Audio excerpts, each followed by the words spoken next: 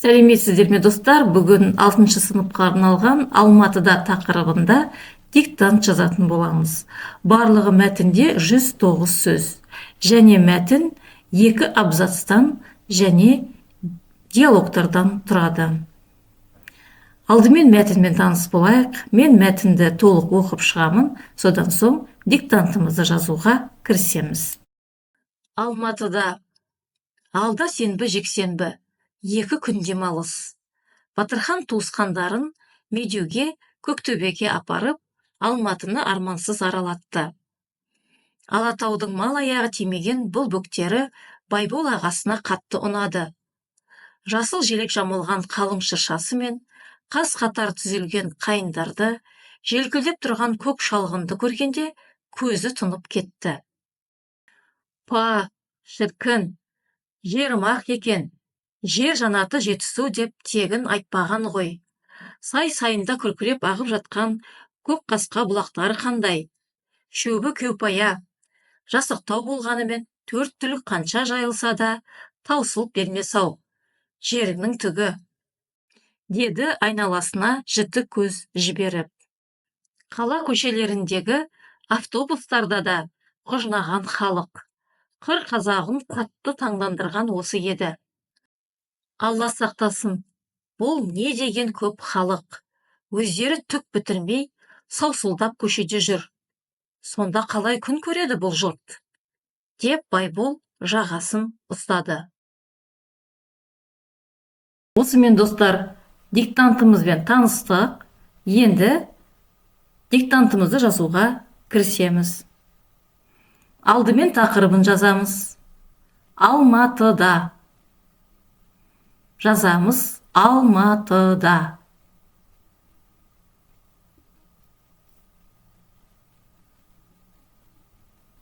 Бірінші сөйлем. Алда сенбі, жексенбі 2 күн демалыс. Жазамыз алда.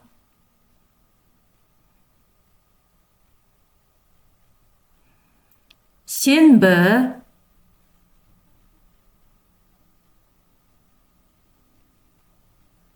жексенбі,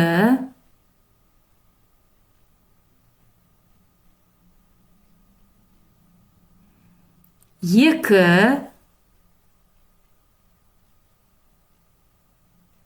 күн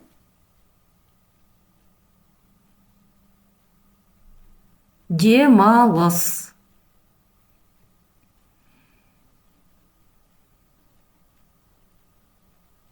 Сөйлемді тексереміз.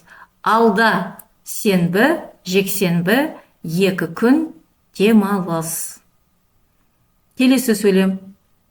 Батырхан туысқандарын Медеуге, Көктөбеге апарып, Алматыны армансыз аралатты. Жазамыз Батырхан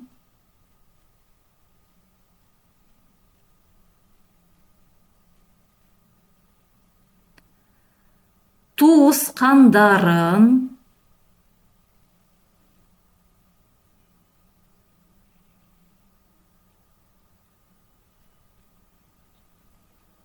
Медеуге,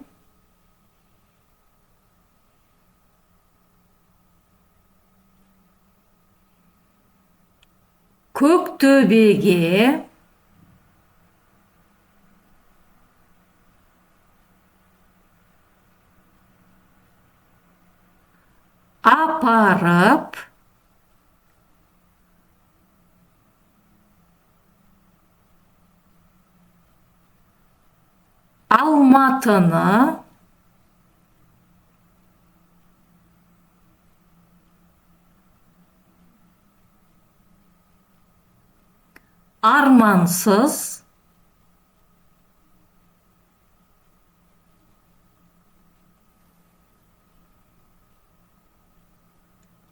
Алматыны армансыз аралатты.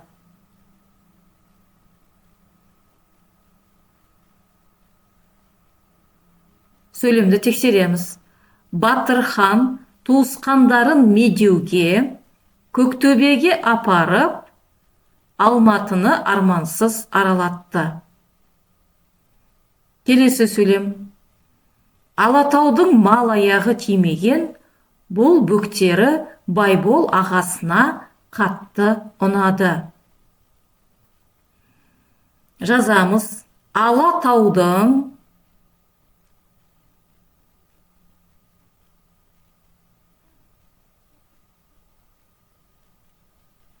мал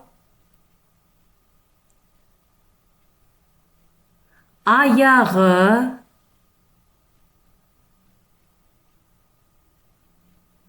тимеген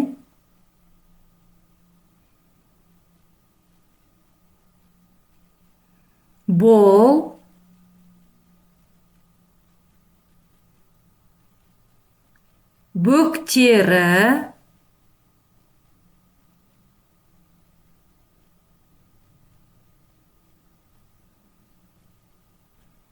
Байбол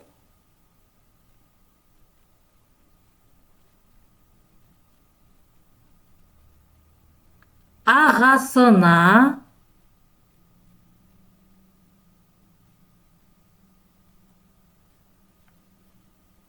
қатты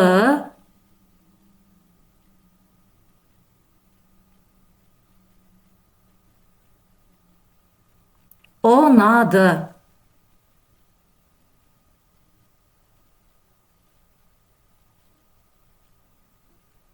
Сөйлемді тексереміз.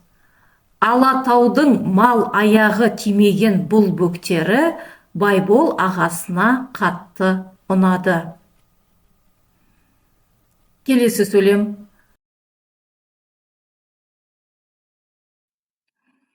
Жасыл желек жамылған қалың шыршасы мен қаз қатар тізілген қайындарды, желкілдеп тұрған көк шалғынды көргенде көзі тұнып кетті. Жазамыз. Жасыл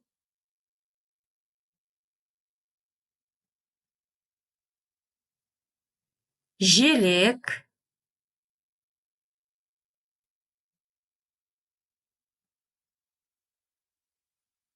жамылған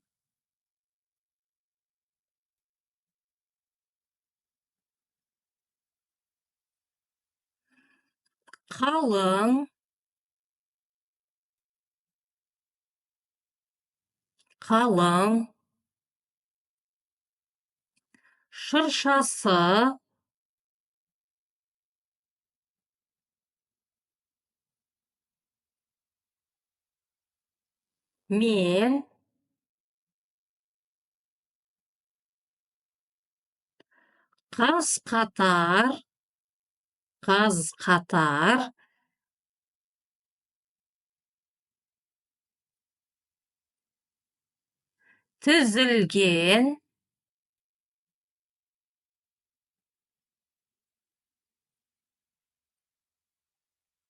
желкілдеп тұрған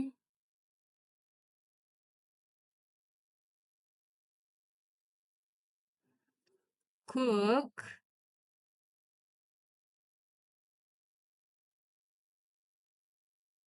шалғынды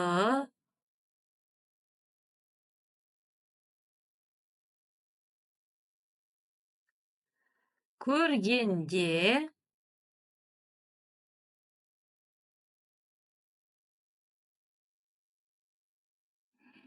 көзі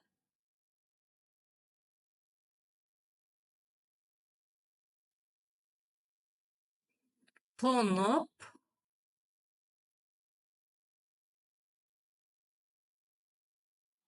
кетті.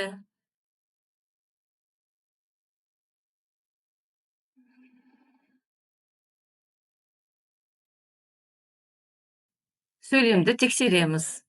Жасыл желек жамылған қалың шыршасы мен қаз қатар тізілген қайыңдарды, желкілдеп тұрған көк шалғынды көргенде көзі тұнып кетті. Келесі сөйлем. Па, шіркін, жерім ақ екен. Жер жанаты жетісу деп тегін айтпаған ғой. Жазамыз. Па, шіркін,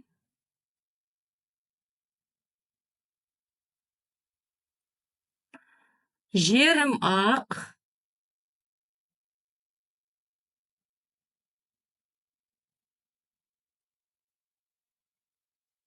екен.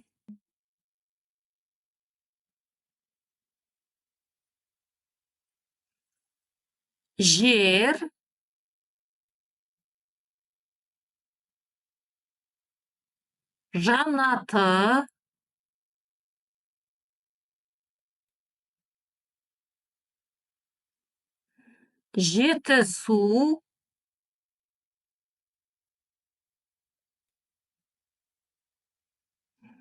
деп тегін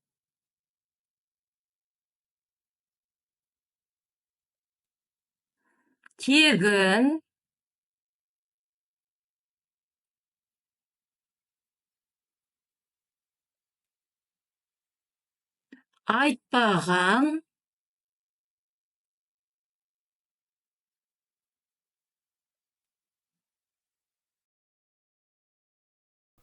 ғой.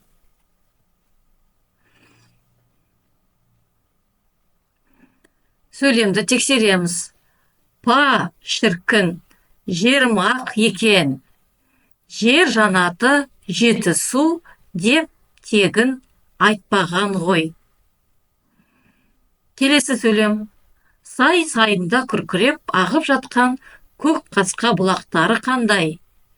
Жазамыз. Сай-сайында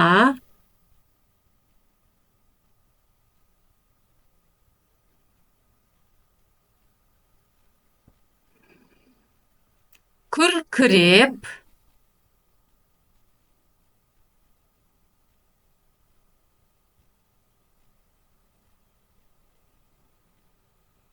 ағып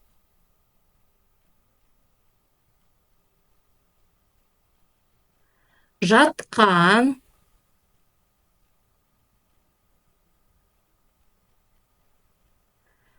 көк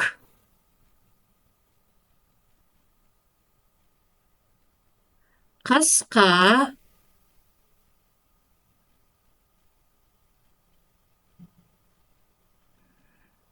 бұлақтары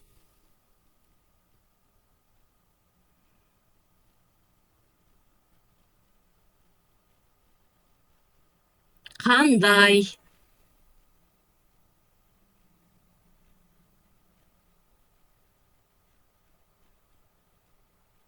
Сөйлемді тексереміз. Сай-сайында күркіреп ағып жатқан көк қасқа бұлақтары қандай? Келесі сөйлем.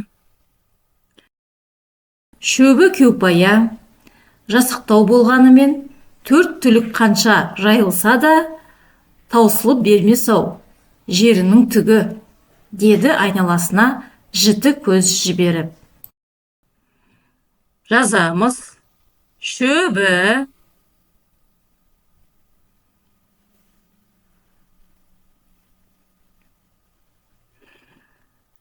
кеупая,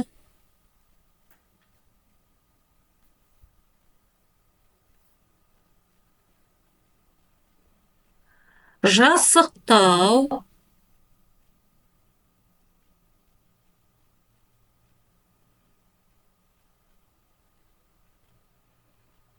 болғанымен,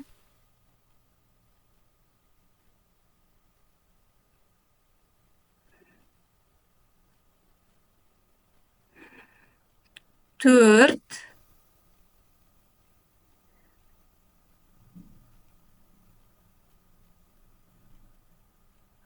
түлік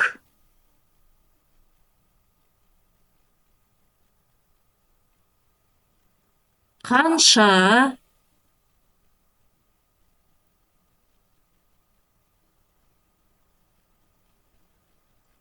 Жайылса, жайылса, да, да, таусылып,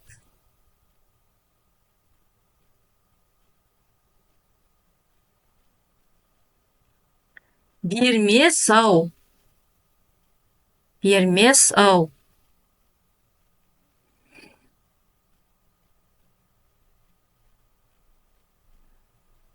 Жерінің,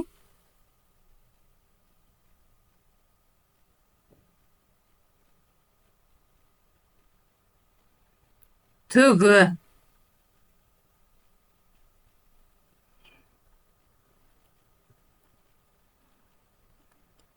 деді,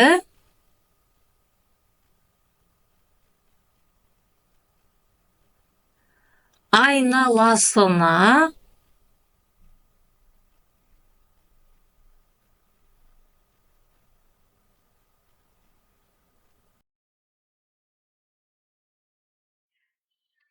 жіті,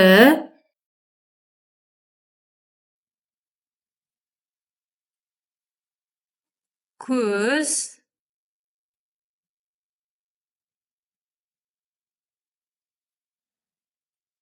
жіберіп.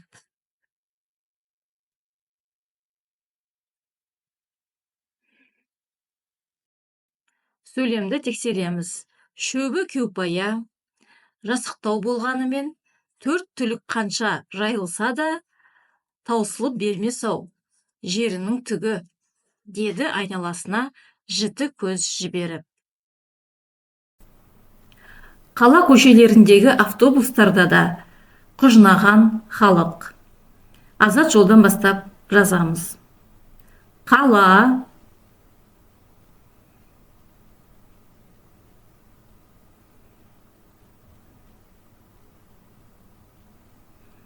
көшелеріндегі,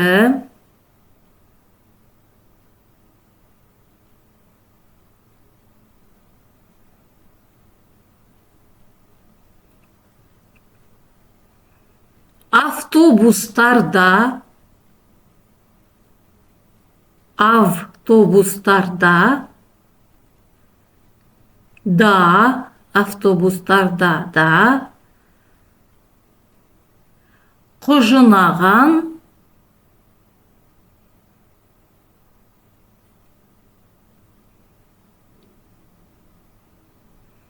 халық.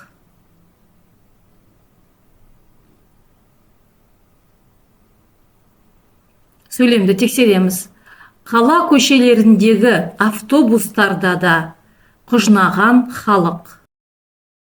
Қыр қазағын қатты таңдандырған осы еді. Жазамыз. Қыр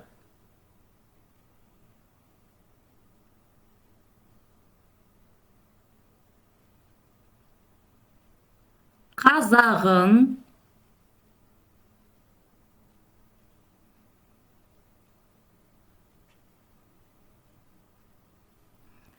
қатты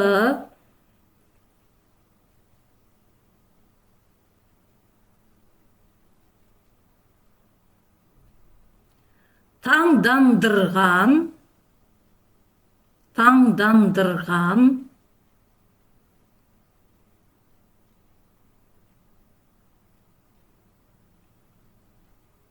осы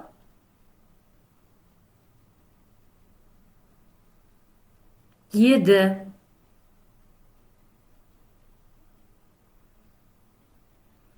Сөйлемді тексереміз. Қыр қазағын қатты таңдандырған осы еді. Келесі сөйлем. Диалог. Алла сақтасын, бұл не деген көп халық. Жазамыз. Алла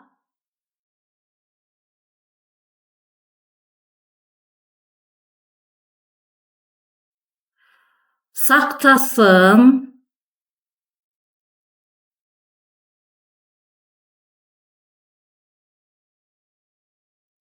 бұл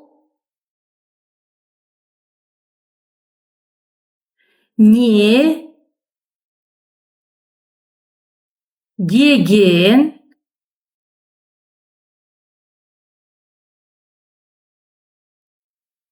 көп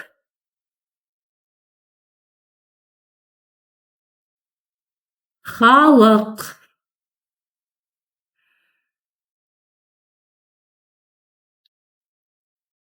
Сөйлемді тексереміз. Алла сақтасын. Бұл не деген көп халық? Келесі сөйлем. Өздері түк бітірмей, саусылдап көшеде жүр. Жазамыз. Өздері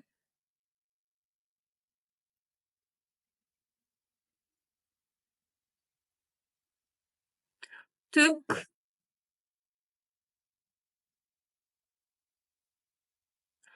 бітірмей,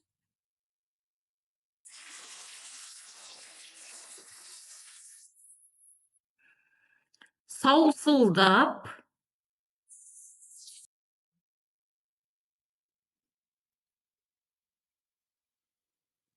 көшеде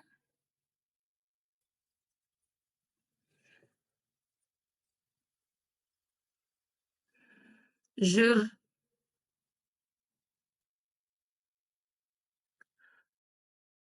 Сөйлемді тексереміз. Өздері түк бітірмей, саусылдап көшеде жүр. Келесі сөйлем. Сонда қалай күн көреді бұл жұрт? Деп байбол жағасын ұстады. Жазамыз. Сонда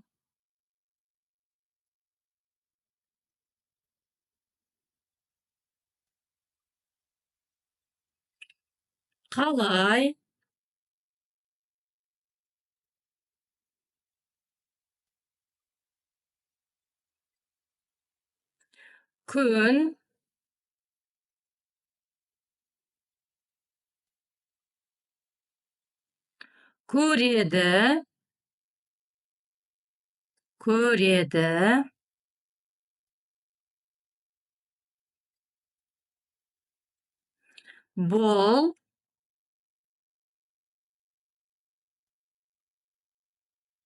күн көреді бұл жұрт? Деп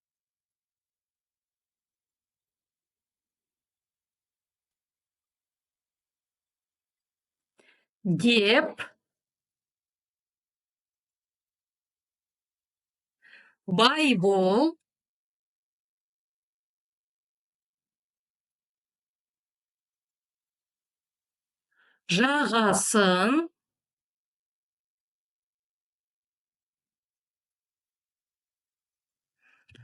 ұстады.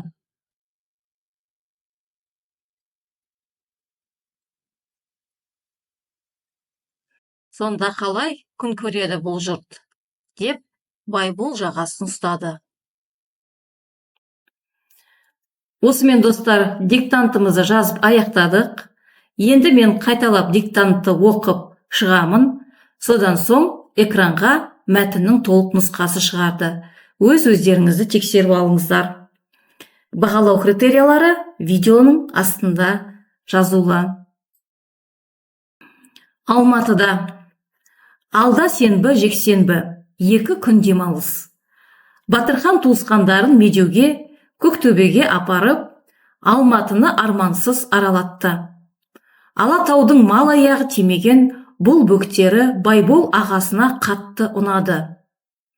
Жасыл желек жамылған қалың шыршасы мен қас-қатар тізілген қайындарды, желкілдеп тұрған көк шалғынды көргенде көзі тұнып кетті. Па шіркін, жерім-ақ екен, жер жанаты Жетісу деп тегін айтпаған ғой. Сай-сайында күркіреп ағып жатқан көк қасқа бұлақтары қандай. Шөбі кеупая, жасықтау болғанымен, 4 түлік қанша жайылса да таусылып бермес-ау. Жерінің түгі, деді айналасына жіті көз жіберіп. Қала көшелеріндегі автобустарда да құжынаған халық. Қыр қазағын қатты таңдандырған осы еді. Алла сақтасын, бұл не деген көп халық? өздері түк бітірмей саусылдап көшеде жүр. Сонда қалай күн көреді бұл жұрт? Деп Байбол жағасын ұстады.